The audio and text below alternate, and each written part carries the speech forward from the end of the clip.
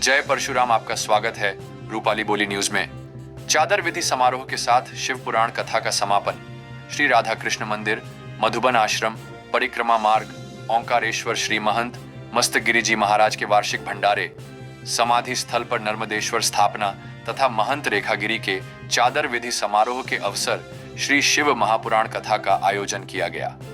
भक्तगणों की उपस्थिति में शिव महापुराण समापन और चादर विधि कार्यक्रम संपन्न हुआ। सर्वेश्वरी देवी जी, नीलांचल धाम आश्रम ओंकारेश्वर ने बताया कि भक्ति में जब शुद्धता और प्रेम होता है तब भगवान का आशीर्वाद स्वतः ही मिल जाता है और भगवान के आशीर्वाद से काम, क्रोध और लोभ आदि सब नष्ट हो जाते हैं। श्री शिव महापुराण के कोटि रुद्र संहिता में 12 ज्योतिर्लिंगों की कथा वर्णन की गई है, जिसे श्रवण कर 12 ज्योतिर्लिंगों के दर्शन का फल मिल जाता है। जो शिवलिंग स्वयंभू हैं, उन पर अर्पित किया गया प्रसाद सदा ग्रहण करने योग्य हैं तथा उसके दर्शन से ही पाप नष्ट हो जाते हैं। यदि अपने घर में भी शिवलिंग पर भोग चढ़ाना हो तो शालिग्राम भगवान को साथ में रखें। ब्रह्मलीन महंत मस्तगिरी जी महाराज के उत्तराधिकारी के रूप में माता रेखागिरी को महंत पद पर बैठाया गया। इस अवसर पर महंत श्री श्याम सुंदर दास जी ने कहा कि पिता की संपत्ति को योग्य पुत्र और गुरु की संपत्ति को योग्य शिष्य आगे बढ़ाते हैं। गुरु गादी गाजियाबाद जूना अखाड़े के प्रतिनिधि संत तलवारगिरी षड दर्शन संत मंडल ओंकारेश्वर के अध्यक्ष मंगलदास जी महाराज, उपाध्यक्ष विजय शंकरपुरी जी महाराज और मंडल के संतों की उपस्थिति में चादर विधि के साथ ही उन्हें आश्रम का महंत बनाया गया।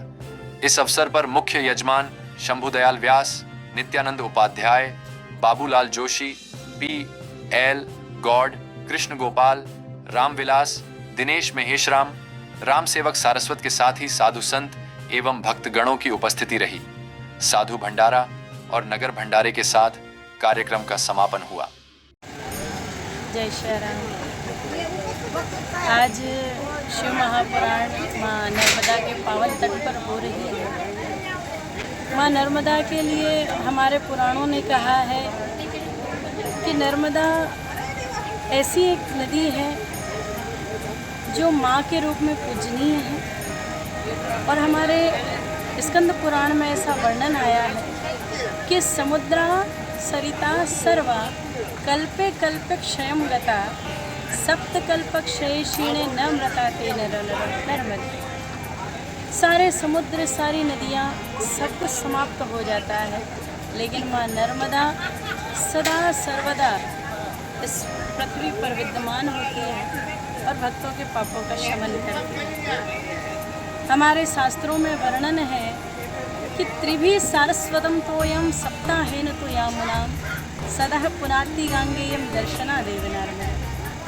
3 बार सरस्वती में, 7 बार यमुना में और 1 बार गंगा में नहाने का फल मिलता है, लेकिन माँ नर्मदा में केवल आप दर्शन करने अगर नर्मदा मैया का, तो दर्शन से ही माँ अमर फल प्रदान करती हैं।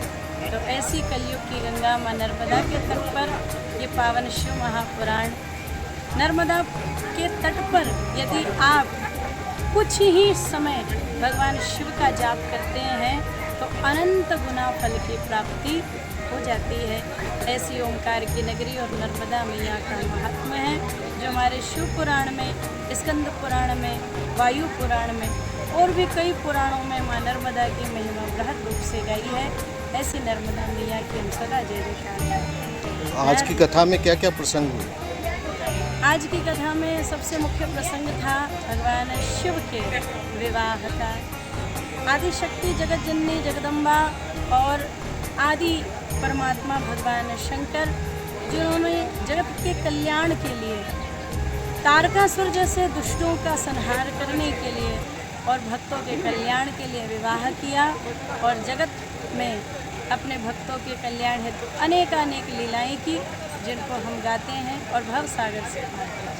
धन्यवाद।